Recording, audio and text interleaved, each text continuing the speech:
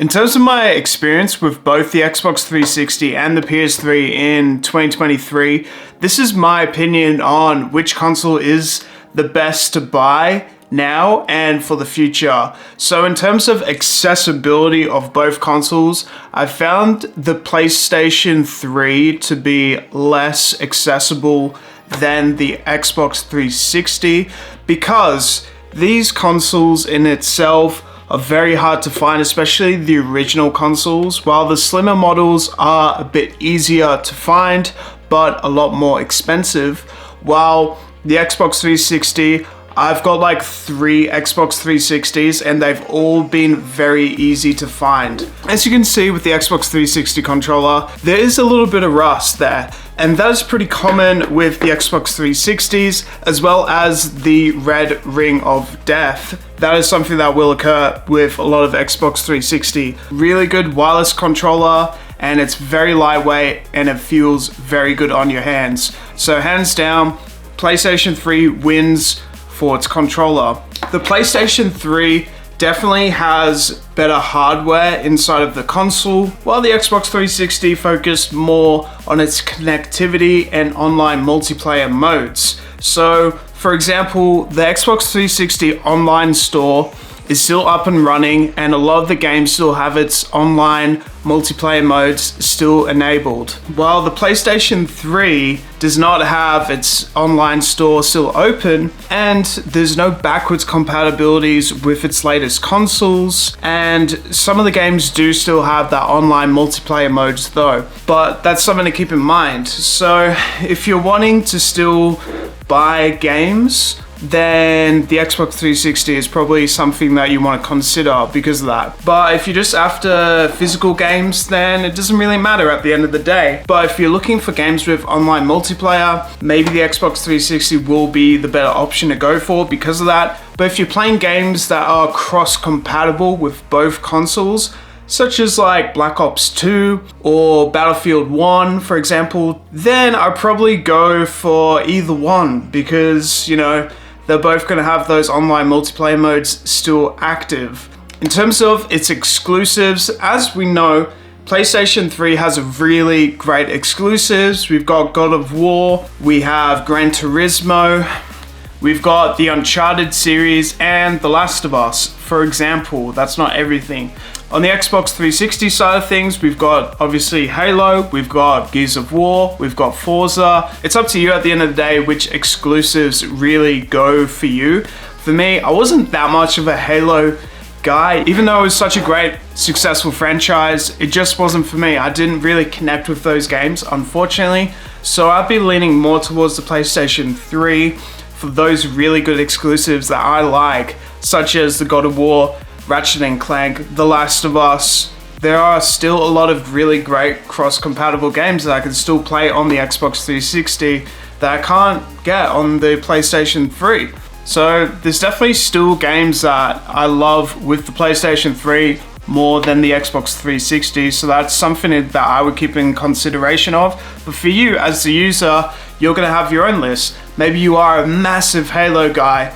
I probably recommend maybe then going for the Xbox 360, or you're a Gears of War fan, then Xbox 360. Whereas for me, maybe the PlayStation 3 would be better for me because I like the God of War series, I like certain games, and then I have those cross-compatible games like some of the older Assassin's Creed games. They are backwards compatible with the new subscription, so maybe there's no point of buying a previous console when I can just buy those games now and get the remastered versions for my Xbox Series X or PlayStation 5. To keep that in consideration, backwards compatibility with the new PlayStation 5 is just not there, so that's why the PlayStation 3 would be more beneficial because I can't play certain games on my new PlayStation 5 that I really want to play. Those are things to definitely keep in mind when looking at both consoles. In terms of the price ranges of both consoles, the PlayStation 3, including this size and the slimmer model, will go for a little bit more expensive than what the Xbox 360 does. Does that mean that it has a higher perceived value? It might do, because obviously we don't have that backwards compatibility log.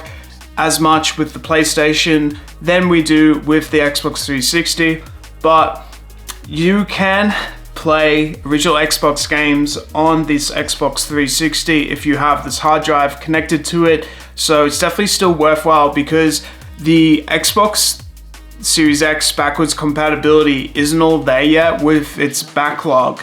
So you need to actually buy these games physically, buy the discs, and put them in your Xbox 360. It's the same with PlayStation 5, so some of the games that I actually want to play, I can't actually play on some of these newer consoles, so you have to go out and buy them. That's just the case these days, and that's just how it is. So in terms of its actual history, it's interesting because if you look back at both consoles, you know, the Xbox 360 did definitely lead the way for most of its life cycle, but nearing the end, PlayStation 3 got a little bit more popular. It was because of those exclusives with the PlayStation 3 that was coming out, such as the Metal Gear Solid, The Last of Us, that got really exciting for the PlayStation 3, and that's why it really got popular near the end.